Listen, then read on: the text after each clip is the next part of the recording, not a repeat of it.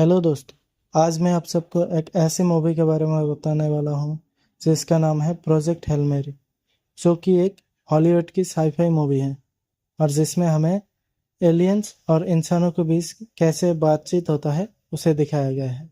तो चलिए बिना किसी देरी के वीडियो को शुरू करते हैं। मूवी की शुरुआत में हमें एक साइंटिस्ट दिखाया जाता है जिसका नाम होता है ग्रेस, लेकिन वो बेहोशी की हालत में होता है। फिर उसके बाद उसे होश आता है, लेकिन वो होश में आकर देखता है कि वो खुद को स्पेस में पाता है। पहले उसको याद नहीं रहता कि वो कौन है, उसका नाम क्या है।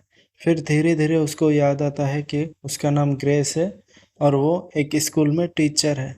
उसके बाद ग्रेस स्कूल के बच्चों को एस्ट्रोफेज नाम के एक जीव के बारे में बताता है, जो कि सूरज की किरणों को पृथ्वी में आने के लिए रोक रहा है, और बच्चे वो सुनकर डर जाते हैं। और उसके बाद दिखाया जाता है कि ग्रेस अपने साथी एस्ट्रोनॉट को देखता है जो कि वो मर चुके होते हैं।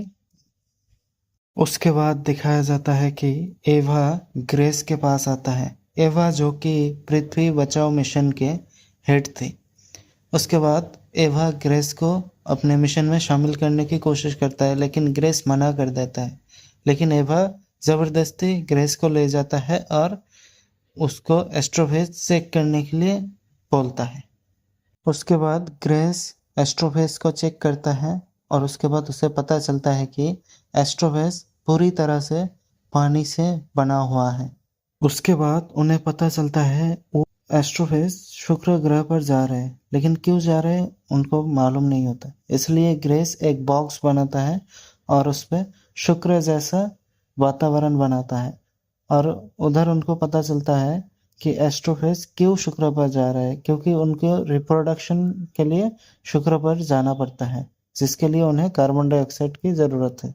उसके बाद ग्रेस को एक जगह ले जाया जाता है जहाँ पर एस्ट्रोफेज के बारे में पूरी तरह से एक्सपेरिमेंट होता रहता है। उसके बाद ग्रेस को उधर पता चलता है एस्ट्रोफेज एक ग्रह पर जा रहा है, लेकिन वापस नहीं आ रहा है, क्योंकि उन ग्रह पर कुछ ऐसा है जो एस्ट्रोफेज को मार दे रहा है।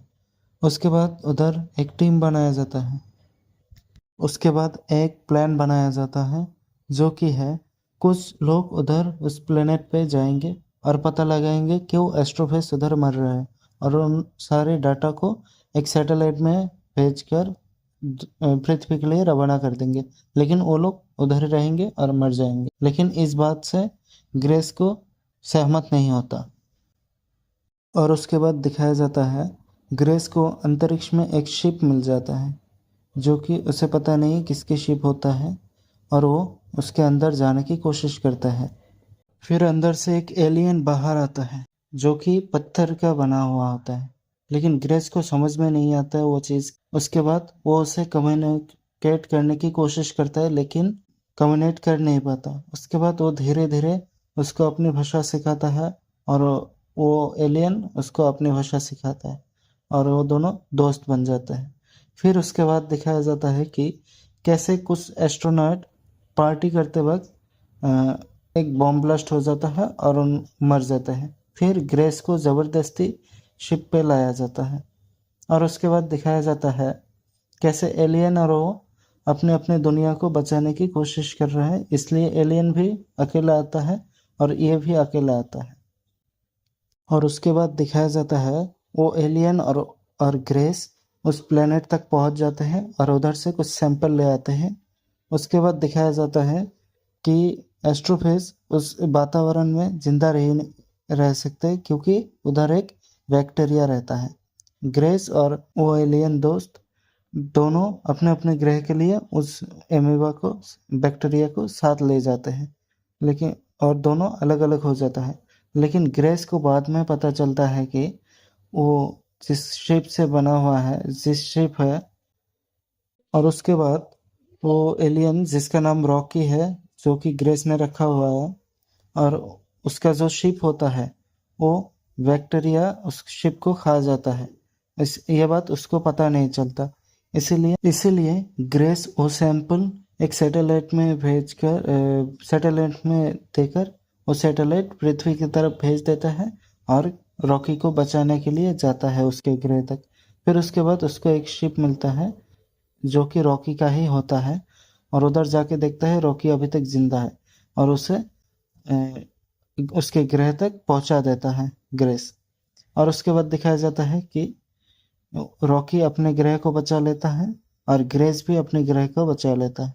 और उसके बाद दिखाया जाता है ग्रेस रॉकी के घर में मतलब रॉकी के ग्रह में एक टीचर का काम कर रहा है। और मूवी की एंडिंग यही हो जाती है। मैं जितना सिंपल आपको बताया उतना सिंपल ये मूवी है नहीं। आप खुद देखिए उसके बाद जानिए। मैं सिर्फ आपको बता रहा हूँ, आप इस मूवी की स्टोरी कैसा है कैसा नहीं है आप खुद देखिए, और हो सके तो अंधेरे में देख लीजिएगा क्योंकि मूवी बहुत ही अच्छी है, बहुत ही खूबसूरत है।